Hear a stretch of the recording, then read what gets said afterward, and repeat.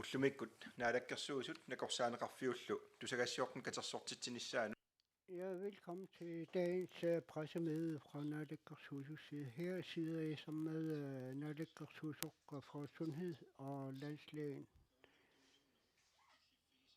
hvor vi skal snakke om status for corona, og hvordan vi anser coronasituationen i øjeblikket. Og som sædvanligt skal vi afslutte med journalisternes spørgsmål, som lytterne kan være interesseret i. Det skal vi lytte til. Vi har flere gange sagt, og i forbindelse med, at corona første gang kom til Grønland, der udtrykte vi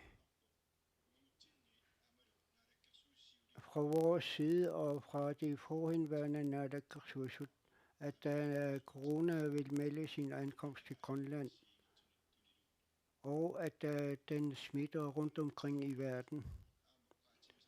Og flere gange, der har vi også sagt, at vi må lære at leve med den. For at lære at leve med den, så skal det forstås således, at vi har stadigvæk tid til endnu til at vende os til forholdene og tilpasse os den situation, når den kommer. Ligesom flere af samfundet har været smittet af corona og lever med den, hvor de passer godt på hinanden og tager et ansvar i forhold til samfundet ved, at smitten ikke skal sprede sig. Og det er vi allerede dygtige til her i vort land. Når corona kommer til byerne og bygderne her i Grønland, så samarbejder flere og flere i samfundet.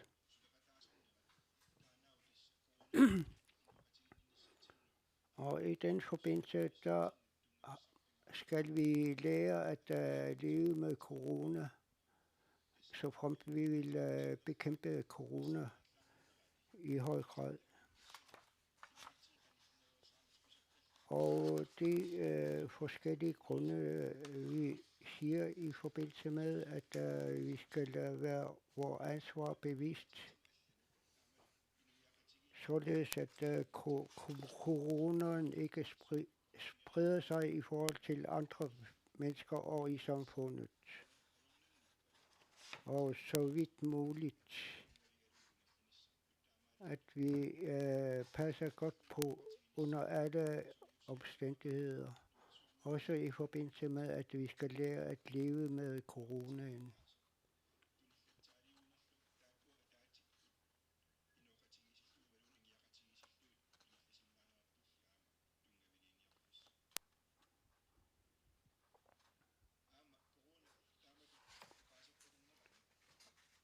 Og i forbindelse med coronasituationen, der skal det så vidt muligt undgås, at det forstås således, at Naalakkersuisut ikke vil vinde den blinde øje til. Myndighederne, de sætter rammer for at bekæmpe corona. Men derudover, så er det nødvendigt med borgernes samarbejde, og det er desuden nødvendigt, så fremt vi skal bekæmpe det og stoppe smittespredningen, at vi alle især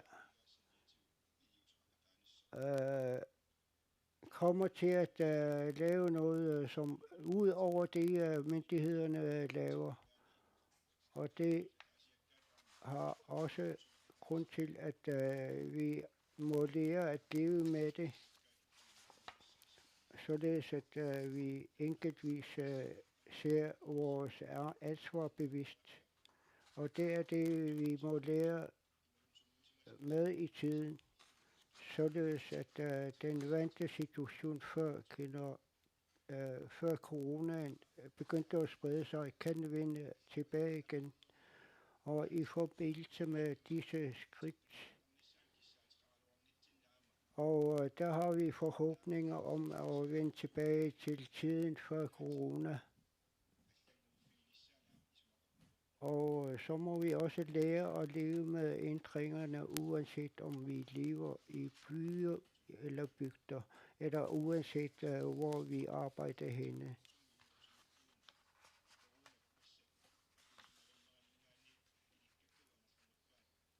De fleste ting, vi har lært, det må vi leve som grundlag. Hvorved de vante situationer ændrer sig lidt efterhånden, og man kan ikke forbigå tiltag, som er nødvendigt, og det kan vi alle sammen se.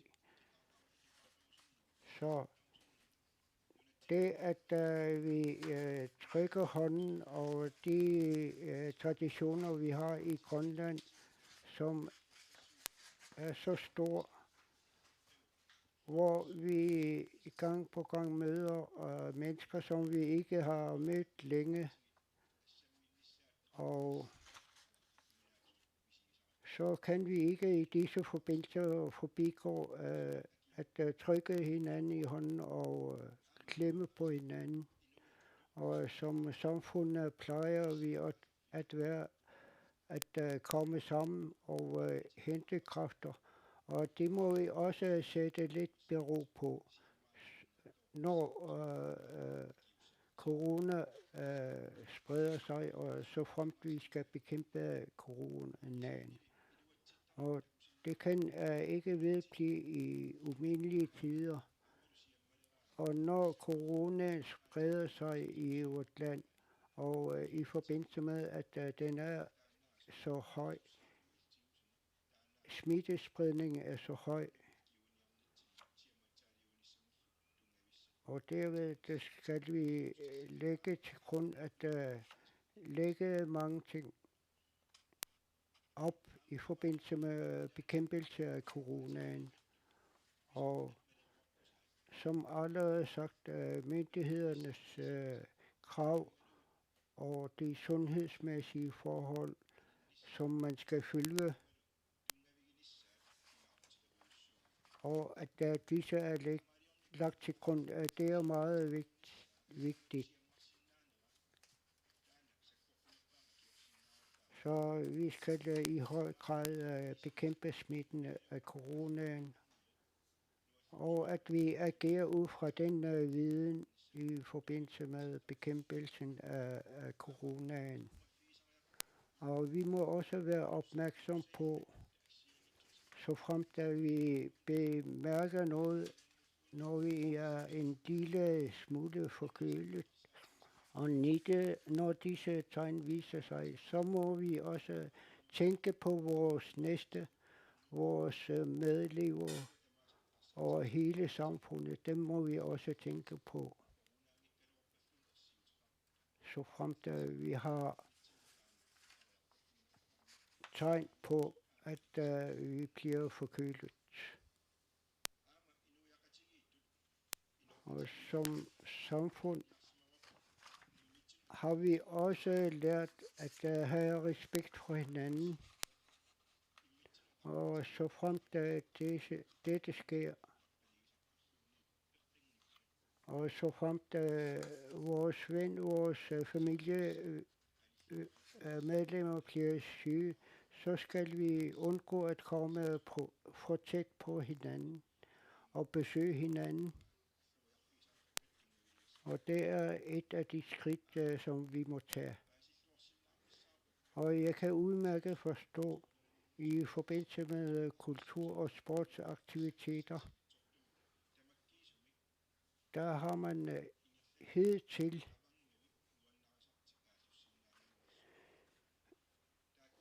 ikke kunne udøve disse ting, fordi i forbindelse med store forsamlinger kan smitten hurtigt brede sig, og brede sig hurtigt til mange i samfundet. Og så fremt at vi skal samarbejde, og så frem vi vil have tiden tilbage som før coronaen, så må vi også afvente med kaffemikker, selvom vi ikke mødes så tit med hinanden. Det vi er vant til. Og når vi bliver inviteret, så lad det lige vente, indtil coronaen ikke spreder sig så meget længere, og så fremt coronaen må styres. Og der må vi lære at passe på hinanden. De krav, som stilles til dig og mig, de er store, og nogle gange, der kan vi glemme, at samfundet har behov for at støtte hinanden. Der sker lukninger af enkelte områder, og i forbindelse med karantæne, når der er sket smitte, eller når der er sket tegn på smitte, så må vi også tænke på, at vores forhold til hinanden. Fordi disse ting er, at vi kan komme til at leve med den. De ting, vi har lært hidtil, det må vi også tage til os, således at mange mennesker ikke smittes af coronaen, og at smitten ikke spredes. På den måde kan vi bekæmpe coronaen ved at undgå, at vi spredes,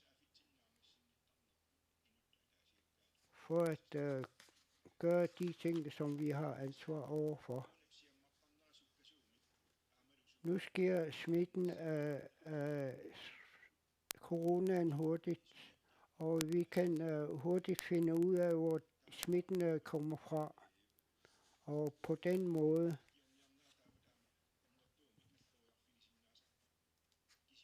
kan vi tage store skridt i forhold til bekæmpelsen. Og der er mange områder, hvor der er sket test, hvor man kommer til at vente længe. Så disse forhold, dem lever vi under. Og så fremt at vi hurtigt kan overkomme den smitte. Og så fremt at vi skal forstå forholdene, så må vi samarbejde. Og som jeg har forklaret, de traditioner, som vi kender til, at de må afvente det. Og så vidt muligt, der skal de også afvente myndighedernes krav. Der er mange i samfundet, som tager deres ansvar. Således at fra Sundhedsdepartementet og fra landslægen, der vil vi takke dem på vegne af samfundet.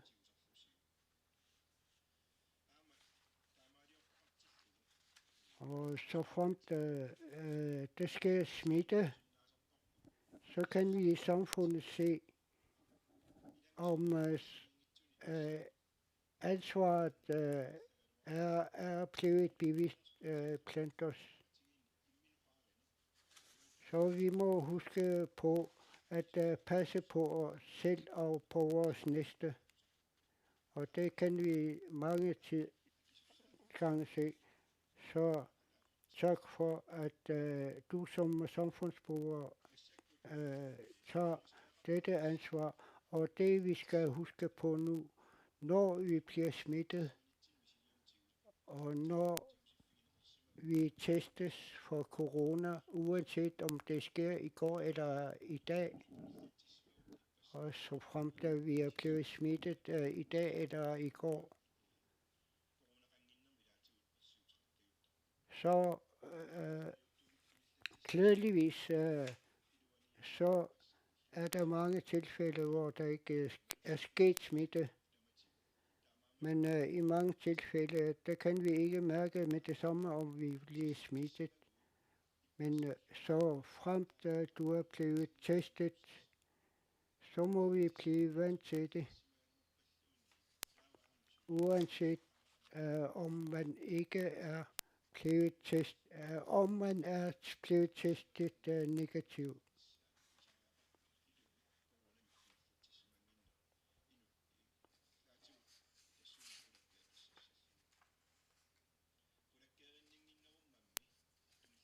Så fremt vi ikke sikrer os, at vi ikke er smittet, så må vi følge de forbehold, der er krav på.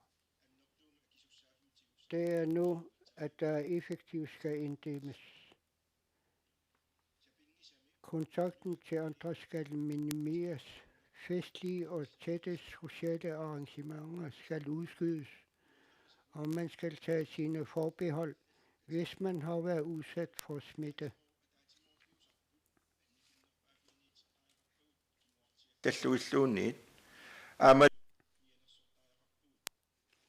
I stedet kan jeg anbefale, at man ser en god serie eller film på Netflix. Læser den bog, man altid har ønsket.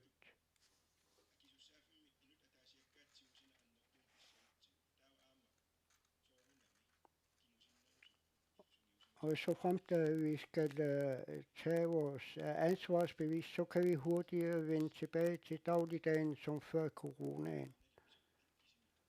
Og det er ikke kun myndighederne, som kan tage dette op, og så fremt samfundet kan være med at tage ansvaret, så vil det være godt, det ved vi. Og det vi har sagt, det er også sagt, at vi har tendens til hurtigt at glemme de forbehold, vi bør tage.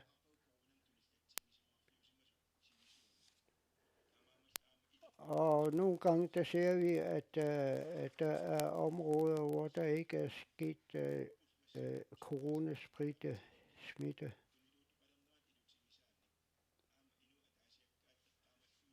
Og vi må tænke på, at de enkelte mennesker viser deres samfund i forbindelse med smitten.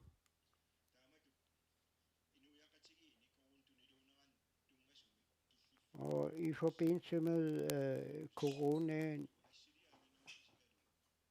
så set under et, og som naalakkersuisut formand, så udtrykker jeg det, som jeg har sagt nu, uanset om hvad og hvordan og hvorledes vi tænker.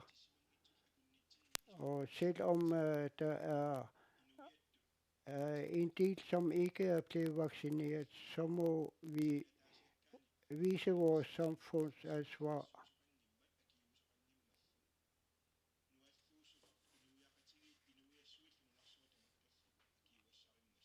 Fordi coronaen er noget, som hele verden kæmper imod.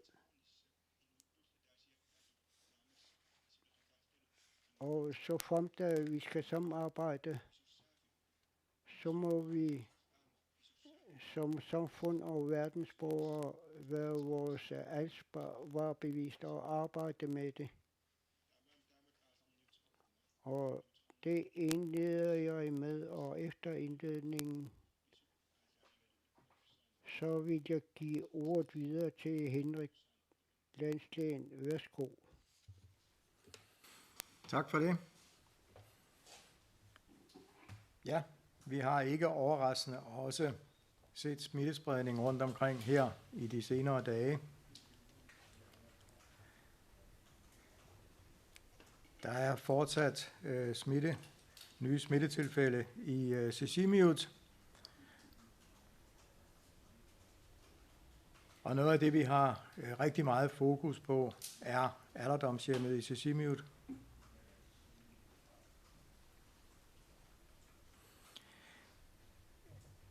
Men situationen er ikke nødvendigvis så alvorlig, da tingene heldigvis er meget anderledes end for et år siden.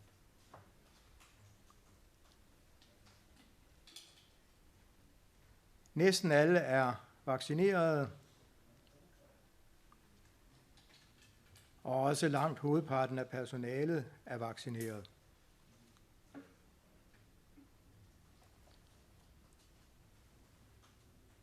Så det behøves ikke nødvendigvis at udvikle sig så alvorligt, at der kommer smitte ind sådan et sted.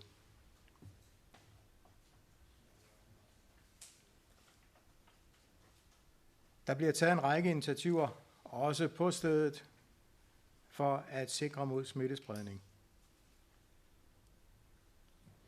Så vi følger det tæt, for at forhindre, at noget udvikler sig uhensigtsmæssigt.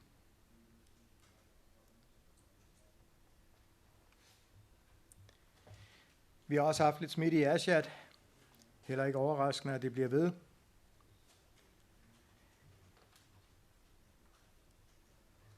Men specielt her i Nuuk er der en lidt ny situation. Ikke på grund af, at der er mange smittetilfælde. Vi har kun set 5 det sidste døgn. Men vi ser smittespredning blandt nogen, der ikke kender hinanden. Det er unge mennesker alle sammen. Der er smitte ind på gymnasiet. Og det vil sige, at vi står i en situation, hvor der absolut er mulighed for bredere smittespredning. Men også her er situationen meget anderledes end bare for kort tid siden.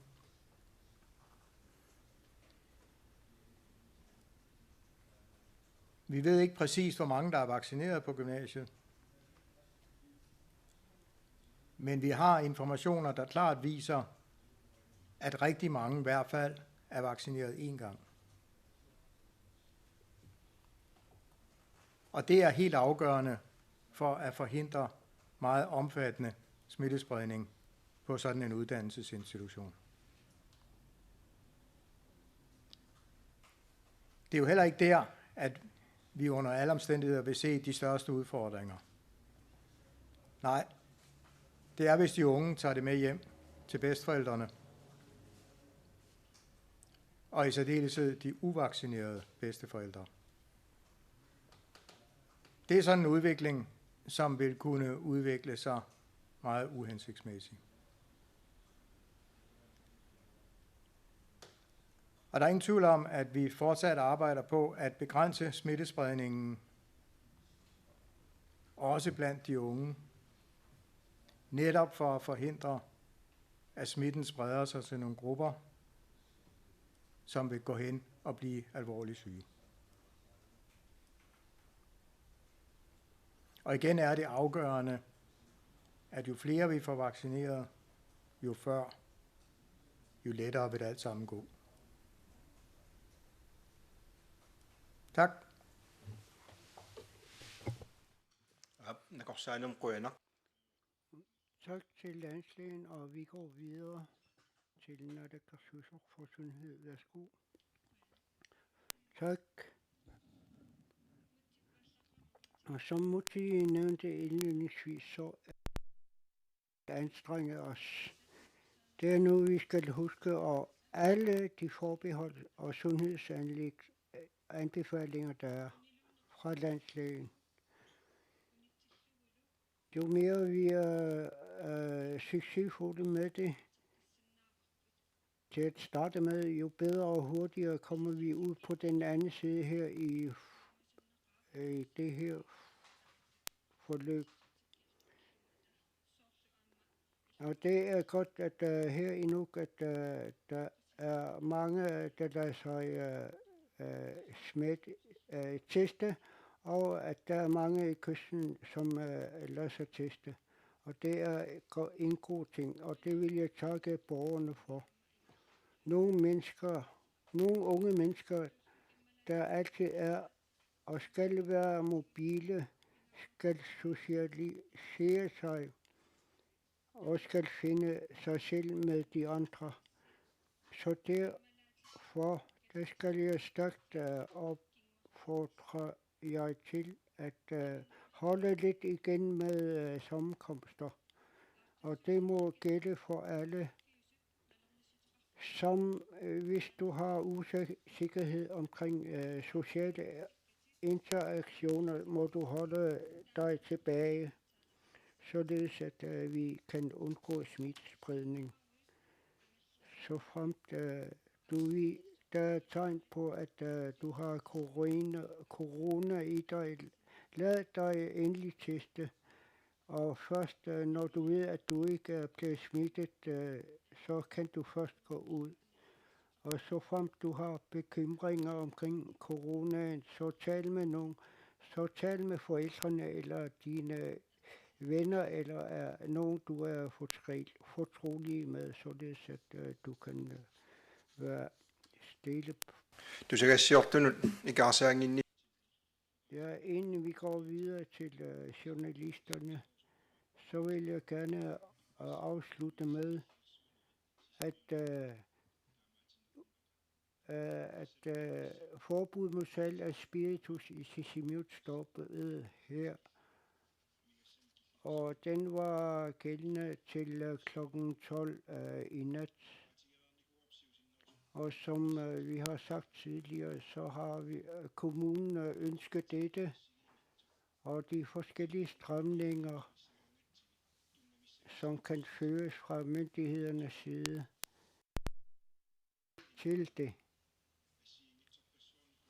Således at de ting, de også skaber problemer for mange. Så derfor indkalder vi til pressemøder, og derigennem der laver tiltag, således at befolkningen føler i forbindelse med bekæmpelsen af coronaen ikke støder ind på deres liv. Og de tiltag, som vi fører, så fremt vi skal begrænse dette, så må samfundet og myndighederne være deres ansvar bevist og vise det. Så de indstillinger, som føres, så må vi lægge viden til grund, også i forbindelse med lukning af spiritus. Og det har vi lyttet til fra Naalakkersuisut og partiformens side.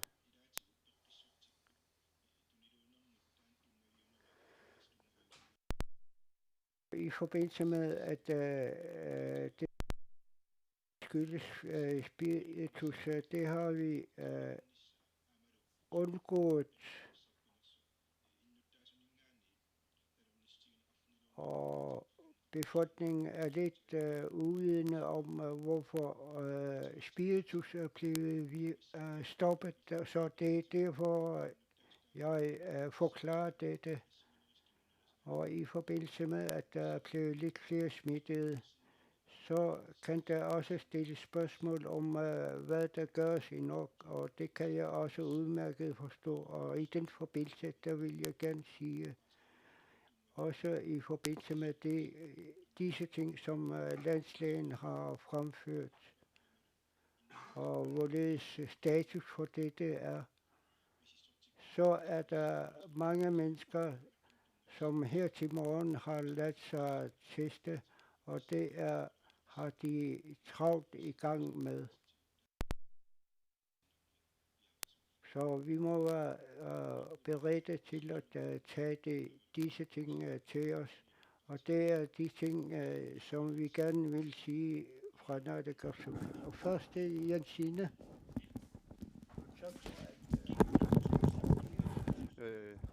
I jeres pressemøde. Et spørgsmål, jeg har stillet i en tidligere pressemøde, vil jeg gentage. formand for Naalakkersuisut, du siger, at vi må bare vende os til at leve med corona i vores liv, i vores fremtid.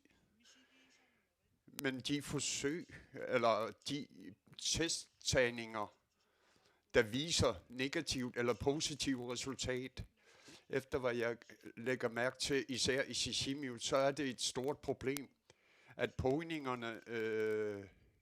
pågningsudstyrene, de er mangelfulde på grund af vejrlige, at folk må vente i dagvis for en test. Hvis vi skal tænke på nærmeste og fremtiden længere ude, hvordan er planerne i denne forbindelse? En hurtig og effektiv test, skal man øge mulighederne for disse? Og der er forskel imellem de forhold, de testede og utestede, eller hvad hedder det, vaccinerede og ikke vaccinerede. Deres forhold er anderledes. Hvis vi tænker på de forhold, og hvis vi skal tænke på opdæmningen af smittespredning, hvordan har vi planer om en bestemt coronapas? Har man håndgribelige planer om en coronapas af en slags i denne forbindelse? Tak. Ja, tak. Lige nu, der har vi planer i gang om, hvordan vi mere effektivt og hurtigt kan gøre tiltag. Hvis der er en stor smittespredning i en lokation et eller andet sted, jamen, vi arbejder for at gøre det mere effektivt. Vi er i gang med planlægningen nu, fordi der er behov for dem. Ikke bare i dag, men med tanke på fremtiden. For der er ingen tvivl om, at coronans spredning er jo en realitet, og vi skal jo til at... Så fordi vi oplever disse problemer under smittespredningen. Så vi er i gang med planlægningen lige nu. Jeg kan ikke svare på stående, hvilke tiltag der er bedre end hvilke andre tiltag, fordi vi er i gang med undersøgelser, om vi... Hvis der er en stor smittespredning et eller andet sted, at vi så måske kan flytte styrken derhen, således at vi alle mand kan tage hånd om det. Der undersøger vi, fordi det er sandt. Det må blive bedre. Vores tiltag må blive bedre, og vi gør alt for at effektivisere det optimalt, så vidt muligt. Den der med, hvor man må flytte udstyr og værktøjer til prøvetagninger og vaccinationer. Så I skal regne med, at vi er i gang med en effektivisering, og det er det, vi planlægger lige nu. Således at vi kan opnå mest mulig optimal løsning på problematikken. Tak. Jeg skal lige komme med opfølgende her. Heldigvis kan man sige, siger Jensine, at frivillige medhjælpere, mange frivillige medhjælpere, de har været med til at løse problemet i sundhedsvæsenet. Landslæge. Vaccinationen kører effektivt. Har man den arbejdsstyrke, man har behov for i sundhedsvæsenet? Skal vi vi kan jo ikke læne os op af frivillig arbejdskraft i al fremtid. Der er jo frivillig arbejdskraft, der arbejder op til 40 timer ugentligt. Og efter hvad vi hører fra danske forhold, så får de løn for frivillig arbejdskraft. Der er altså nogle frivillige, der får oplæring og får lønnet arbejde. Hvor længe skal vi læne os op af den frivillige arbejdskraft?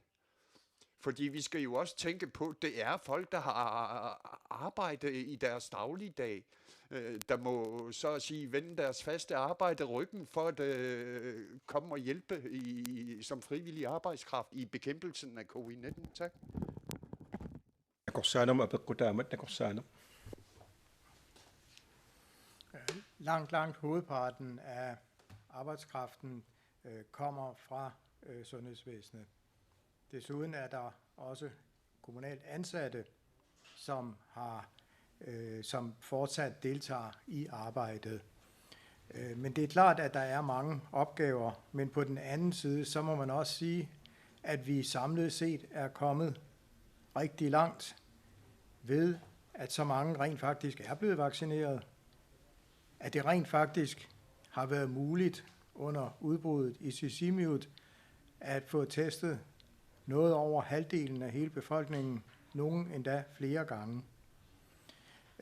Og det er jo ikke en situation, som skal vedvare, fordi vi jo er på vej at skulle leve med coronavirus, som Modi har sagt, og vi nærmer os en normalisering.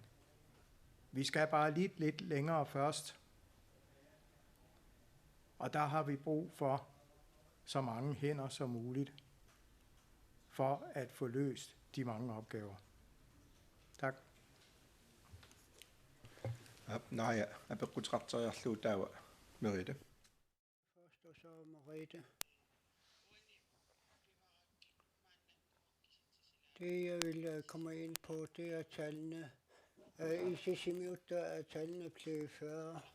Der er flere, der er blevet sunde, men i dag der er der også blevet flere.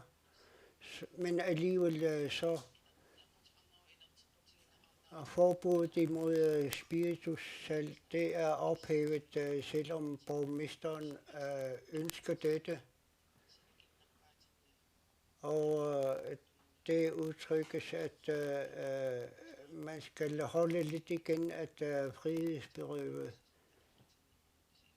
Hvorfor skal spiritusudskænkning ikke længere forbydes? Ja, det kommunen har udtrykt, det er, at der skal ske en lukning i en bestemt periode, og det ønsker kommunen stadigvæk. Og derudover så har kommunen ønsket noget yderligere. Så det er det, jeg gerne vil udtrykke. Og vi har gennemgående samtaler med borgmesteren. Og dengang der skulle ske forlængelse, så snakkede vi først om det. Og vi er også blevet anbefalet, at der er så vidt muligt, at der skal ske en kort periode, hvor det sker. Og selvom samfundet og kommunen ønsker, at der skal ske en længere periode, og i forbindelse med, at der er sket information til det offentlige.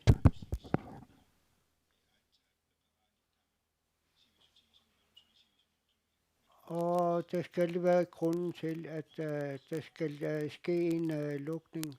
Så derfor der kan vi udmærket forstå,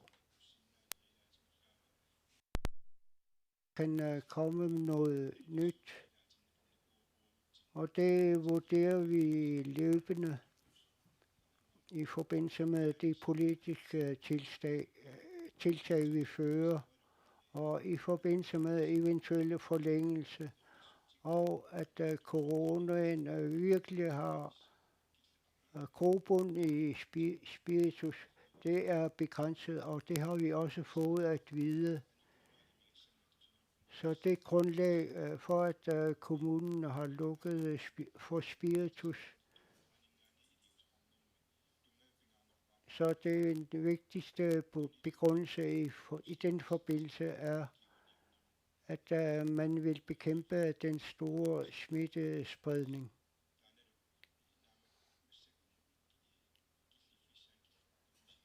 Og det er status foreløbig for i dag, og så frem der sker nogle nye behov, så er vi selvfølgelig parate til nye tiltag, uanset om det er spirituslukning eller andre restriktioner.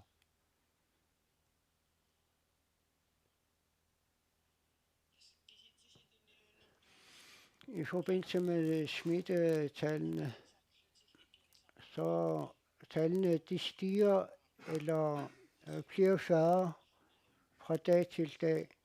Der sker smittespredning stadig i dag. Der er der 5 tilfælde i Sisimiut og 10 tilfælde i Sisimiut. Kan smitten så virkelig styres? Og hvilke tiltag vil I føre, så fremt coronaen ikke kan styres? Hvad skal vi nå for at lave et tiltag? Hvor er grænsen? Læsland. Tak for det. Det er ikke overraskende, at der bliver ved med at komme nye smittetilfælde, når et udbrud først er startet. Sådan vil det være. Før vi overhovedet fik sat effektivt ind, var der allerede sket en smittespredning. Nu ser vi smittespredning i familier, ganske forventeligt, og vi ser stadigvæk enkelte helt nye smittetilfælde uden kendt baggrund i Sisimiut. Men det er også forventeligt. Noget af det positive er også, at nogle af dem, vi ser, det er vaccinerede, der er blevet smittet. De smitter ikke ret meget videre, og de bliver ikke alvorligt syge. Men de medgår i statistikken. Så samlet set, selvom vi hver dag ser nye smittetilfælde, så er der ikke nogen voldsom stigning. Og det er helt forventeligt, at med en så smitsom variant, som vi har nu, at et udbrud under alle omstændigheder vil vare adskillige uger. Tak. Nakorsano. Ja, altså, i forhold til det landslægen siger, hvornår skal man lukke. Altså de tiltag, vi fører, de er affattende i forskellige, i enkelte områder. Nu i Nuuk, så er der undersøgelser i gang, således at man vil parate i Nuuk med lignende ligesom de tiltag, der er sket i Upernøyk og Sisimiut eller Asiat, således at man kan begrænse sammenkomsterne.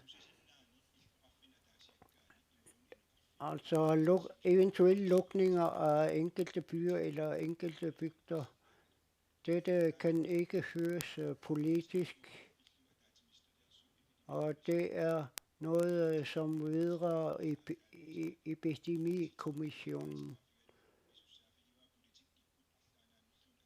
som har pligt til, at uden at de politiske partier planer sig, at de kan vurdere forskellige forhold. Og i forhold til de nuværende tiltag,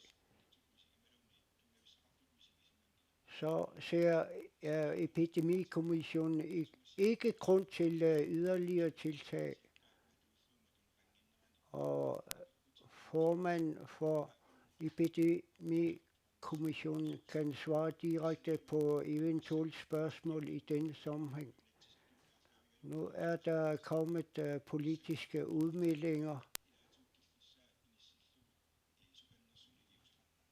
så laver vi forskellige strenge tiltag.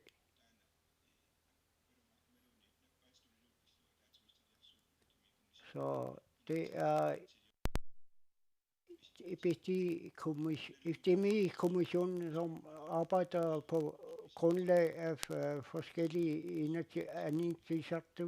love og bekendtgørelser, som har gældet siden ganske kort, og som er rette. ganske kort. Der sker smitte blandt unge i Nuuk. Vi har forstået, at der er 5 tilfælde. Og KNR har meldt ud med, at 5 fra GUX er smittet, og derudover en, der er smittet. Kan det forklare, hvor smitten er sket? Og så vidt jeg kan forstå, så må vi være opmærksomme på disse forskellige forhold. Hvor er det blevet smittet fra? Landslægen, værsgo.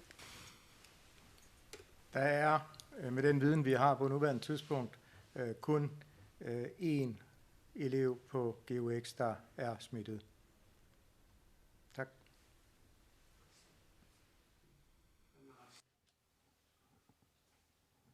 Er der nogle andre ude i byen, hvor de har ikke alle sammen noget kendskab til hinanden, og det er derfor, vi har begrundet mistanke om, at der er en hel del flere derude, vi endnu ikke har fundet. Men det finder vi ud af her i løbet af i dag og de kommende dage, når vi får testet en række mennesker derude. Nakorsaanong quyanak tas nakorsaanong uqarneralu Det er landslægen, som landslægen siger. Så i øjeblikket, der vil vi gerne have, at man er forsigtig i Nuuk og andre smitteområder. Fordi smitten ikke kun er et tilfælde, som sker i skolen. Så derfor der må vi være påpasselige, når vi går i butikker og andre offentlige steder. Og ud fra det, landslægen oplyser, så behøver man ikke være bekymret i den grad. Hvorfor der er mange, der har ladet sig teste her i Nuuk for at finde ud af smitteopsporing. Ja, tak. Så vidt jeg forstår, så er der ingen, der regner med, at corona forsvinder helt. Så vidt jeg kan forstå på dig, så skal vi arbejde mod at leve med corona. Og så vidt jeg forstår, så går det godt med vaccinationsprogrammet. Men jeg mangler stadigvæk noget information om, hvad strategien er, og hvornår vi skal forvente, at restriktionerne måske lempes, så vi rent faktisk kommer tilbage til normalen og lever med, at der er noget smitte. Så jeg har i første omgang et spørgsmål til Henrik. Du siger, at smitten sker som forventet, og ikke så hurtigt. Hvornår mener du så, det er lægefagligt forsvarligt at begynde at gå mere tilbage til normalen?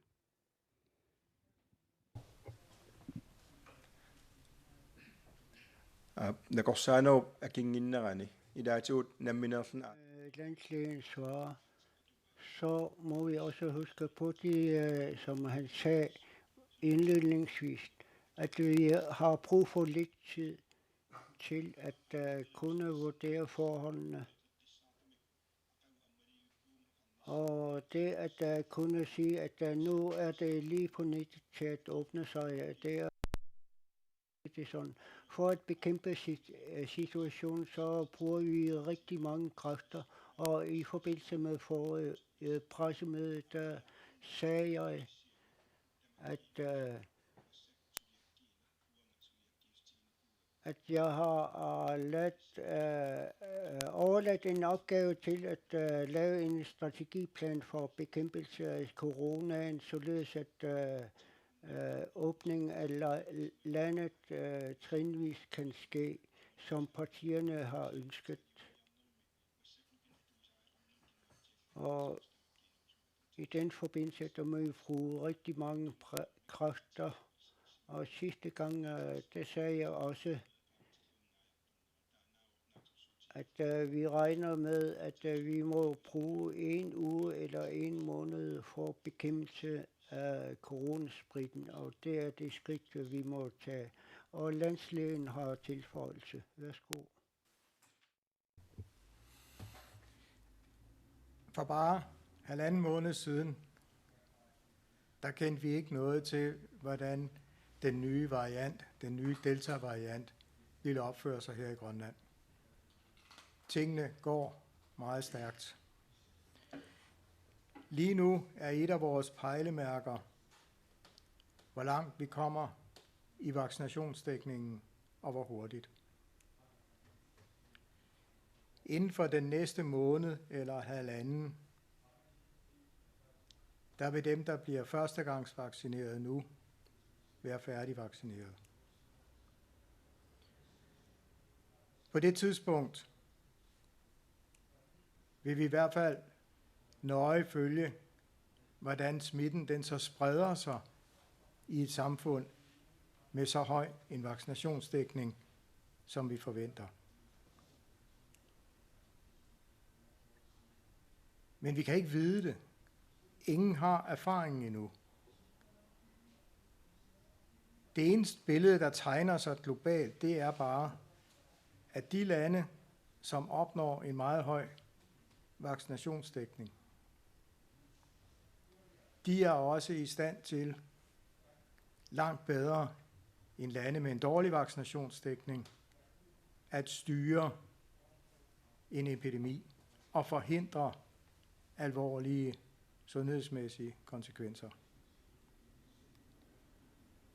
Det giver i hvert fald for mig ikke mening at prøve at spå om noget, som ligger flere måneder ud i fremtiden.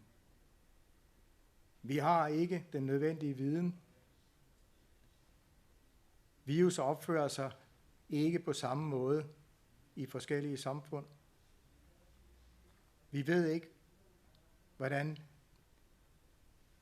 udviklingen vil ske i et samfund som det grønlandske, som er meget forskellig på mange måder, ved at befolkningen bor i små enklaver rundt omkring. Det er helt forskelligt fra mange andre steder, langt de fleste steder i verden. Vi kan kontrollere indrejsen. Og derfor er det ikke muligt, desværre, i hvert fald for mig, at komme og prøve at skulle forklare naalakkersuisut, hvordan verden ser ud om 2 måneder, for jeg ved det ikke. Tak.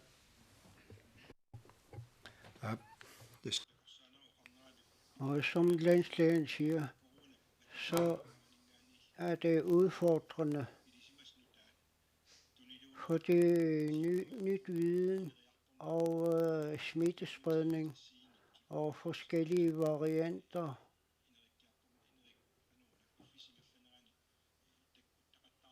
Over tid kan komme, og derved kan der komme nye udfordringer. Og alfa-varianten blandt andet, og nye varianter, og delta-varianten i den forbindelse er udfordrende for vort land. Og som landslægen siger, så kendte vi ikke forholdene for en halv måneds tid siden, hvordan smittespredning kunne ske. Så den bedste vaccination er at følge myndighedernes råd og så i den jeg sige, under sidste pressesamling, der meddelte sig, at så fremt at vi skal have så vidt muligt stor viden, så bruger vi rigtig mange kræfter. Så fordi vi derigennem kan tage trinvis skridt til den kommende tid og til de kommende måneder. Men vi kender ikke rigtigt til, hvordan forholdene vil arte sig i fremtiden. Så derfor er det svært at sætte sig pejlemærker i den forbindelse. Merete, du har tillægsspørgsmål. Værsgo. Ja, jeg bad absolut ikke om, der var nogen, der skulle spå om fremtiden her. Jeg tror, vi alle sammen er klar over, at corona udvikler sig hurtigt, og at der hele tiden kommer nye varianter og nye smitteveje osv. Og også, at man bliver klogere på, hvordan vaccinationen virker. Blandt andet så kan man sige, at Israel, som har været forgangsland med en høj vaccinationsrate, de nu begynder at se smittespredning igen, fordi vaccinationen ikke virker mere så godt, som den har gjort. Derfor begynder de på 3. stik. Det ser man også andre steder.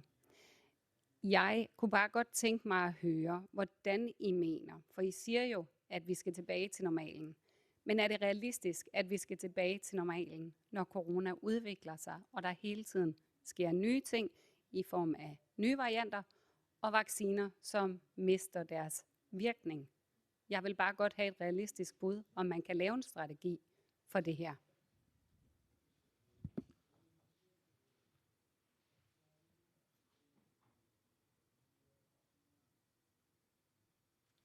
Ja, Ja. Og jeg vil blot gentage, i forbindelse med pressesamlinger, der har jeg gentaget, så fremt at vi skal vende os tilbage til de vante omgivelser før coronaen,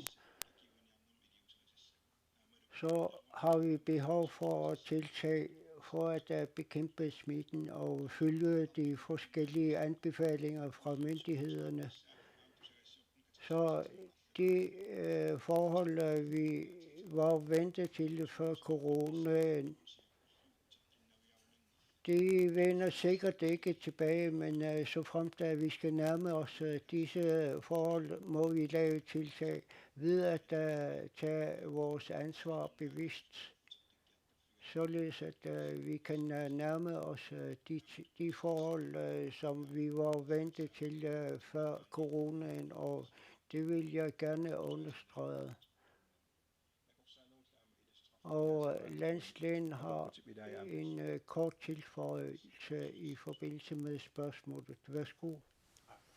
Jeg synes, det er vigtigt at præcisere, at der ikke er noget, der taler for, at de vacciner, der er blevet anvendt i Grønland, ikke har en effekt i mindst 12 måneder.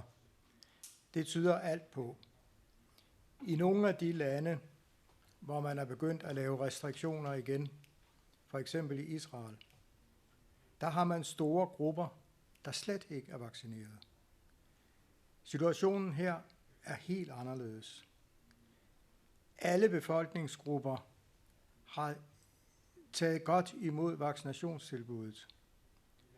Vaccinationsdækningen varierer lidt, men det er ikke sådan, at der er store grupper i befolkningen, der er uvaccineret. Og det gør, at vi er i en anden situation, hvor der er god grund til at tro, at vaccinationerne faktisk har den tilstræbte effekt og medvirker til også, at smittespredningen om kort tid vil blive meget, meget begrænset. Tak.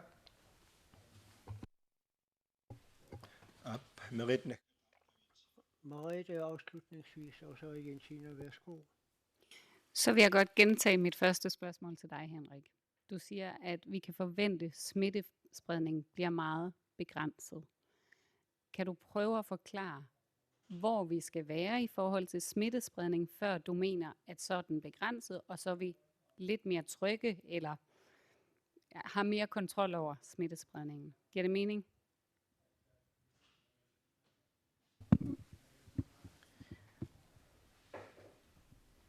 Hvor den grænse er, mener jeg ikke, man kan forudse på nuværende tidspunkt. Vi bliver nødt til at se på de erfaringer, som kommer efterhånden, som tiden den går. Vil vi rent faktisk opleve, at smittespredningen stort set stopper, og der ikke opstår alvorlige sygdomme? Ja, det er en situation. Eller vil den rent faktisk på et eller andet sted fortsætte så meget, så at det betyder noget for samfundet? Det kan vi ikke slå op nogen steder, hvordan den situation den vil ende. Vi er nødt til at vente og se. hvad der sker her i samfundet og rundt omkring i verden. Tak.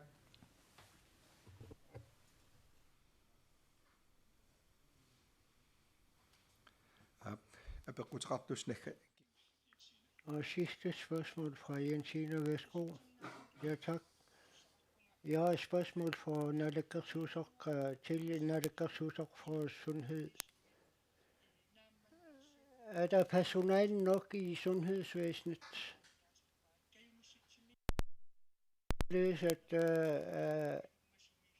Fordi frivillig arbejde gør man meget til i forskellige områder, og på lang sigt så har vi sagt, at vi må se og blive vant til det.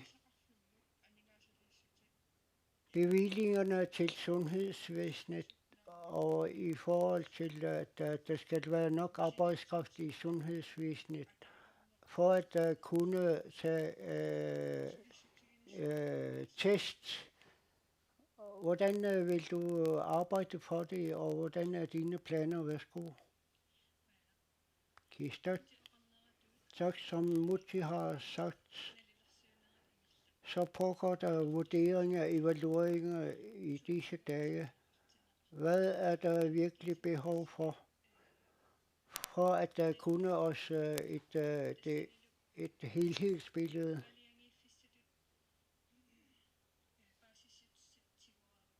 Og når vi har modtaget de forskellige informationer, så skal vi nok melde ud til, hvad der vil ske. Ja, tak. Afslutningsvis, der vil jeg sige, at vi har behov for at melde ud til samfundet, hvad der vil ske på kort sigt i forhold til bekæmpelse af coronaen fra samfundet og som enkeltmennesker, hvilke pligter vi har. Og vi er også glade for, at de frivillige også kan løfte for at bekæmpe coronaen. Fordi der er virkelig mange udfordringer for sundhedsvæsenet, og i den forbindelse så vil man også sikre, at man vil samarbejde omkring det. Og for at kunne leve med coronaen, så har vi udfordringer, og så må vi også ty os til de erfaringer, som vi efterhånden høster, som Gistet siger. Og i den forbindelse, så må vi også vide, hvilke behov der er.